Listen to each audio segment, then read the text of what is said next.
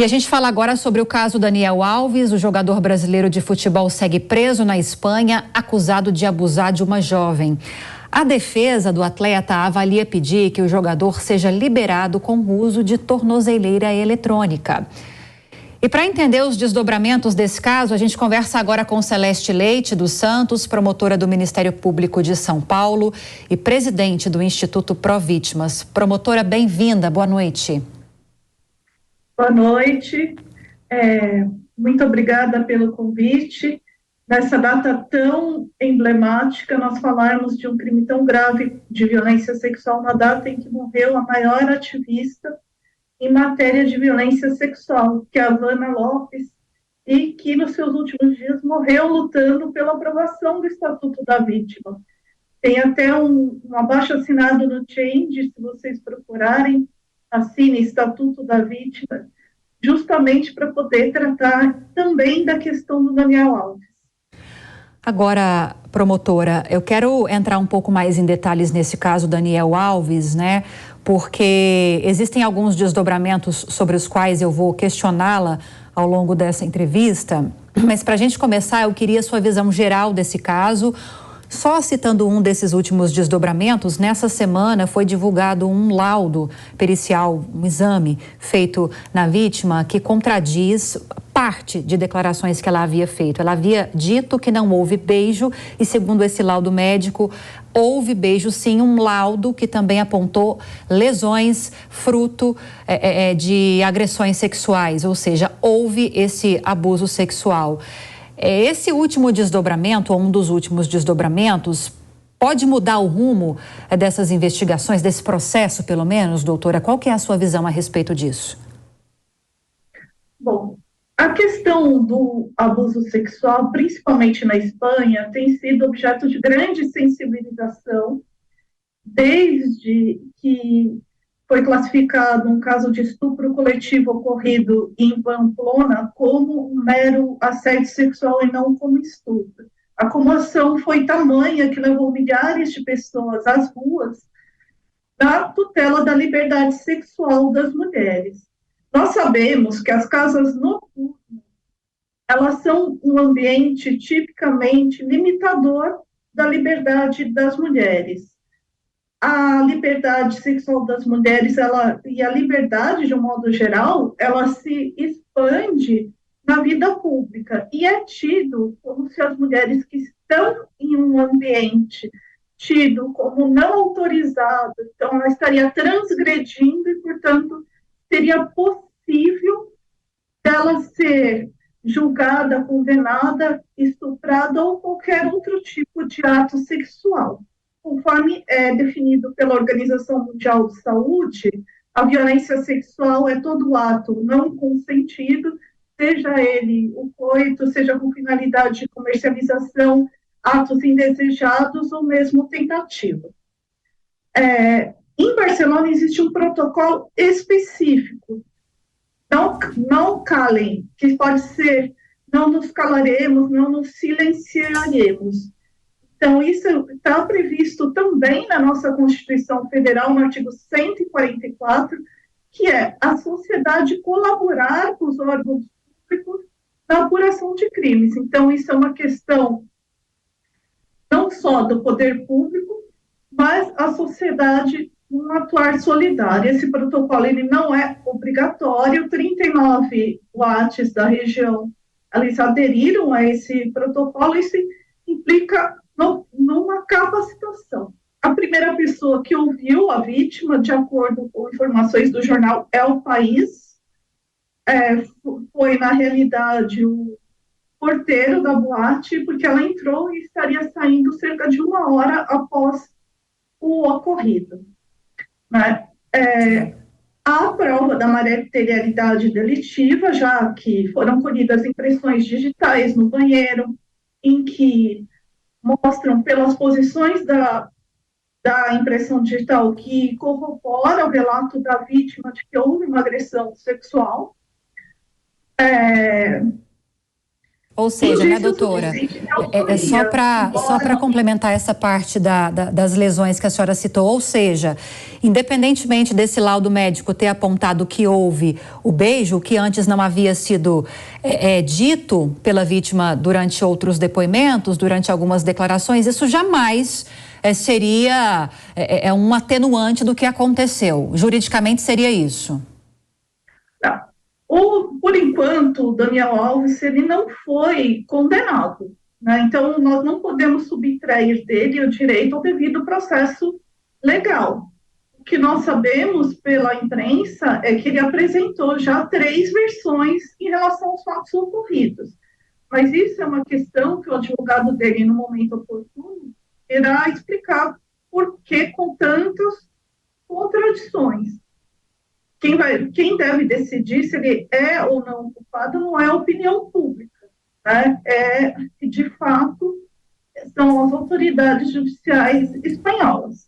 Agora, que existem provas de que ocorreu uma violação sexual, existem indícios que essa violação não foi consentida, ainda que, por hipótese, tenha tido algum beijo consentido, essa campanha justamente é não ou não. Significa que a mulher pode, em qualquer momento, dissentir da ocorrência de relações sexuais.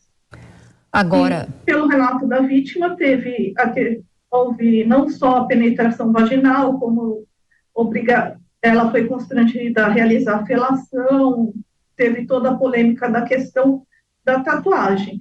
O importante não é nós, como especialistas ou a imprensa, unir ou não, é trazer a questão à baila e discutir por que tantos casos envolvendo celebridades, jogadores de futebol estão ocorrendo relacionados a essa questão do estupro e quais são as medidas que nós vamos adotar para prevenção. Na Espanha, por conta da comoção social, foi aprovada a lei da proteção contra a violência integral contra a violência sexual. Eu acho bem... Aqui diz que nós temos a lei do minuto seguinte, que nós não precisaríamos de protocolo. Eu discordo desse entendimento.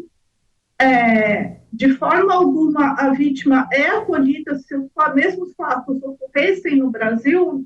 Não acredito que ela teria sido assistida da mesma forma.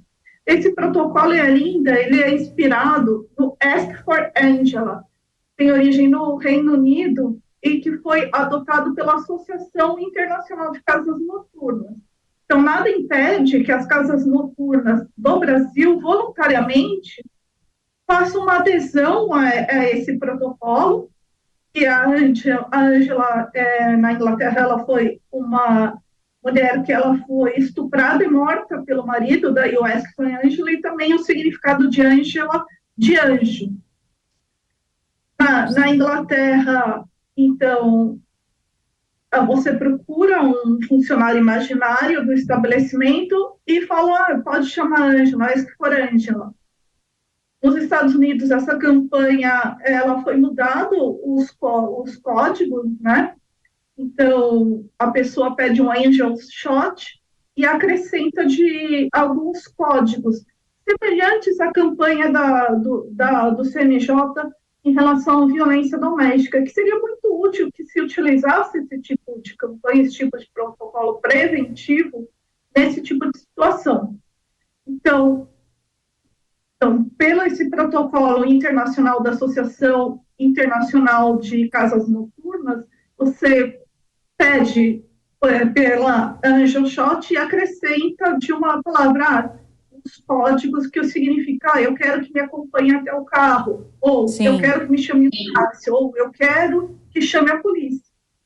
Okay. Acho que seria muito positivo que a sociedade começasse a pensar nessa forma de cerceamento da liberdade da mulher, um cerceamento da mulher em espaços públicos, e passasse a adotar uma conduta mais solidária com a vítima.